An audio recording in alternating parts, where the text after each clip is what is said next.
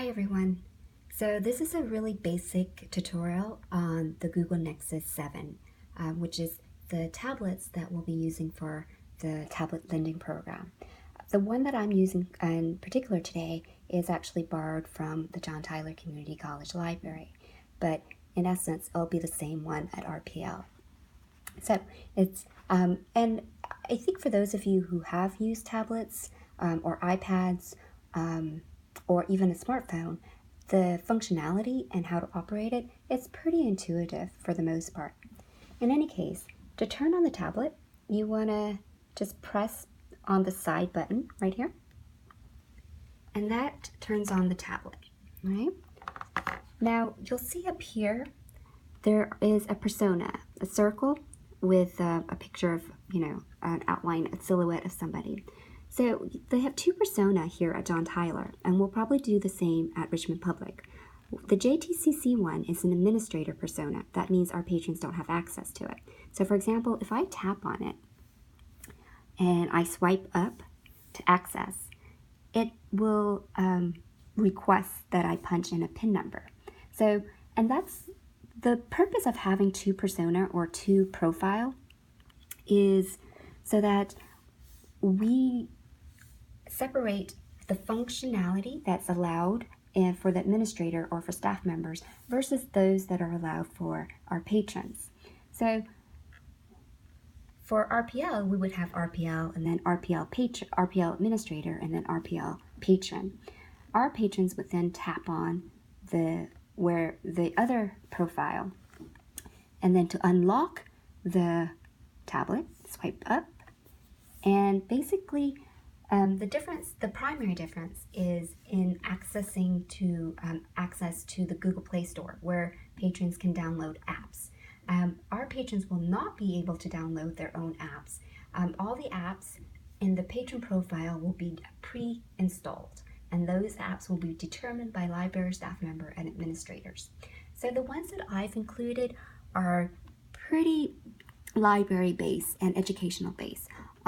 Overdrive, Blackboard, Mobile, and Zinio, Pronunciator, ABC Mouse, Kindle app, etc. Now these apps I've selected for primarily two reasons. One, to promote our RPL's e-library, online library resources.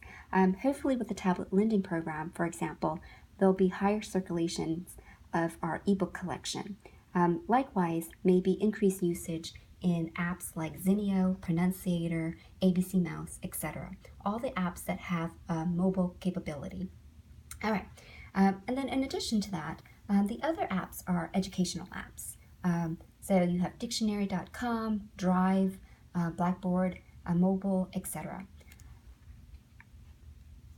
Most of our patrons will probably check out the tablet for web surfing, and that is enabled. So all our patrons have to do, because this is a Google Android device, is click on the Chrome browser, tap on it rather, and it should take them to RPL's homepage. Now for those of you who are not familiar with tablet technology, the great thing about tablets is accessibility. And what I mean by that is, for example, for our senior patrons and patrons with some visual differences, they can,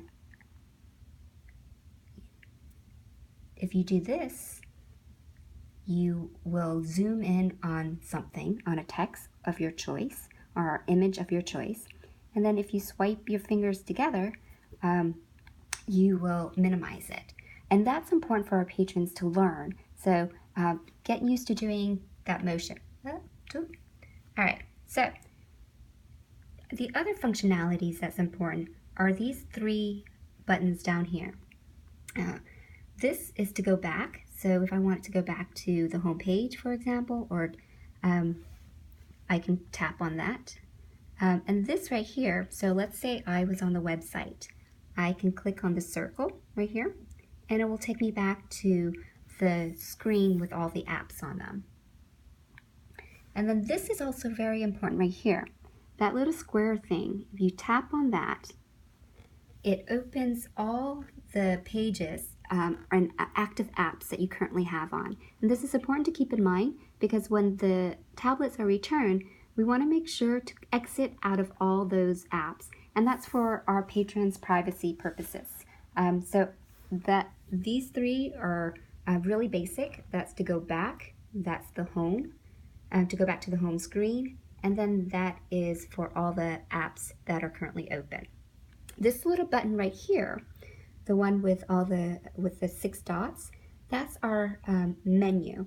So these are all the apps that I've displayed, but we actually have more apps installed. So if you tap on that, you'll see the list of all the apps available. The one thing that students will not be able to use is the Play Store. So that's what I was talking about earlier in terms of patrons being able to download or purchase their own apps and install them on our devices. So for example, if I were a patron and I tapped on the Play Store, I would get this notice where it says you don't have permission to use Google Play Store. And that's important for for several reasons, but the two primary ones are we don't want to inundate our tablets with a lot of apps that that haven't been pre-approved, and then also we want to protect our patrons' privacy. We don't want them entering or storing their credit card information, for example. All right, so I'm going to tap on this to go back to the home menu. I'm not going to go over each of the apps that are available because that will be, if you go to the website, I've created a blog that will show you how to navigate each of these apps that are installed on the tablets so that we can better instruct our patrons on how to use it. Go to www.tabletlendingprogram.wordpress.com, and there you'll get an idea of how to click on the apps from apps on the menu, and then I'll have a list of apps with a tutorial for each of them. All right, now to shut down the tablet, all you do is, oh, you know what?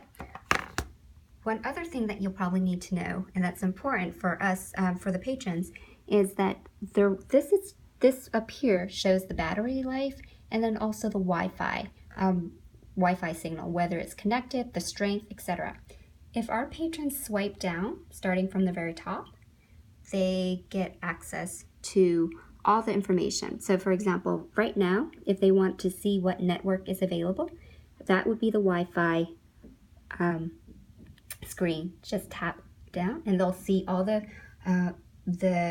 Wi-Fi around that they can potentially connect to.